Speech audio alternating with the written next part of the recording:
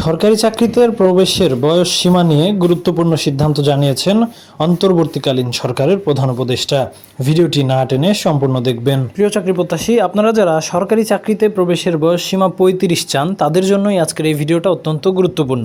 তো মানববন্ধন চলবে ঢাকা থেকে। সরকারি চাকরিতে প্রবেশে আবেদনের বয়স সীমা বৃদ্ধি নিয়ে আন্দোলন করছেন দেশের একদল চাকরি প্রত্যাশী।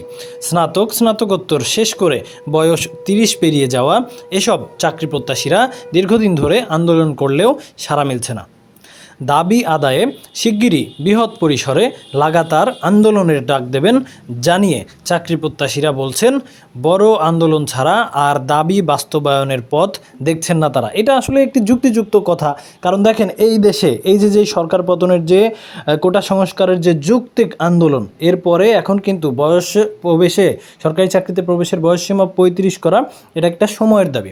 এখন আন্দোলনে নামা ছাড়া আসলে কোনো উপায় নেই। এবং আমি আমার পক্ষ থেকে আপনাদেরকে বলবো, দেশের পরিস্থিতিটা যদি একটু ভালো হয়, কুমিল্লা, নোয়াখালী সহ লক্ষ্মীপুর সহ বিভিন্ন জেলার বন্যা পরিস্থিতিটা স্বাভাবিক হওয়ার পরে আপনারা আন্দোলন করেন। এখন দেশের অত্যন্ত খারাপ সময় চলতেছে, এখন আন্দোলন করা আসলেই ঠিক হবে না ভাই। কিছুটা দিন পরে আপনারা আন্দোলন করেন। তবে বর্তমান এই যে অন্তর্বর্তীকালীন সরকারের পক্ষ থেকে বলা হচ্ছে চাকরিতে প্রবেশের বয়স বৃদ্ধি সরকারের নীতিগত সিদ্ধান্তের ব্যাপার। আচ্ছা, তাহলে নীতিগত সিদ্ধান্ত হোক আর যেই সিদ্ধান্তই হোক, আপনারা অবশ্যই এই সিদ্ধান্তটা দ্রুত বাস্তবায়ন করার চেষ্টা করেন। কারণ করোনার কারণে চাকরি প্রত্যাশীদের ক্ষতি এড়াতে বয়সে ছাড় দেওয়া হয়েছে, পূর্বে আমরা দেখেছি। এখন দেশে সরকারি, আধা সরকারি, স্বায়ত্তশাসিত প্রতিষ্ঠানে চাকরিতে সাধারণ প্রার্থীদের 30 বছর, বীর মুক্তিযোদ্ধা সন্তানদের বয়সসীমা 32 বছর ছিল বলে আমরা বিগত বছরগুলোতে দেখেছি, এবং এখনও কিন্তু এই আইনটাই বাস্তবায়ন রয়েছে। আপনারা অনেকেই হয়তো জানেন না। সরকারি চাকরি প্রত্যাশীদের দাবি, প্রতিযোগিতার এই সময়ে অনার্স এবং মাস্টার্স শেষ করে চাকরির প্রস্তুতি নিতে 30 পেরিয়ে যায়। কোনো ক্ষেত্রে, বিশেষ করে জাতীয় বিশ্ববিদ্যালয় সেশন জটের কারণে বয়সসীমা একেবারে শেষ পর্যায়ে চলে আসে। এতে করে কাঙ্ক্ষিত চাকরি পাওয়া দুষ্কর হয়ে পড়েছে। এতে অনেকেই হতাশাগ্রস্ত হয়ে পড়েছেন। এছাড়া করোনাকালে শিক্ষা প্রতিষ্ঠান বন্ধ থাকায় সেশন জট তৈরি হয়েছে এবং দীর্ঘ সময় চাকরির পরীক্ষা না হওয়ায় প্রতিযোগী আরও বেড়ে গেছে।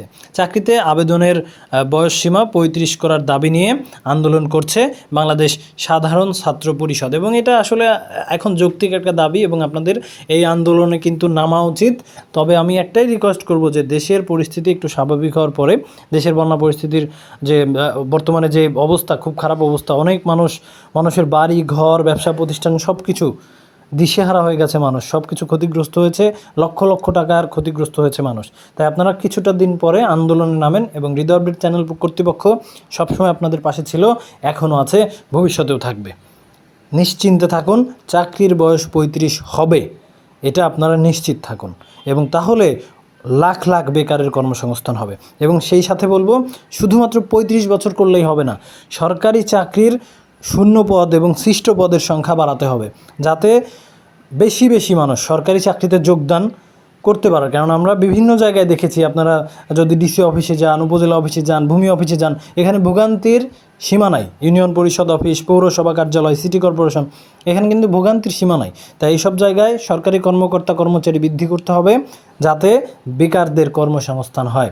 হৃদয় আপডেট চ্যানেলে নতুন হলে অবশ্যই চ্যানেলটিকে সাবস্ক্রাইব করে পাশে থাকা বেল আইকনটি ক্লিক করে রাখবেন। আমি যদি ভুল কিছু বলে থাকি কমেন্টে অবশ্যই গালাগালি করবেন, আর যদি ভালো কিছু বলি অবশ্যই নিজের মন থেকে সংবর্ধনা জানাবেন। ধন্যবাদ সবাইকে।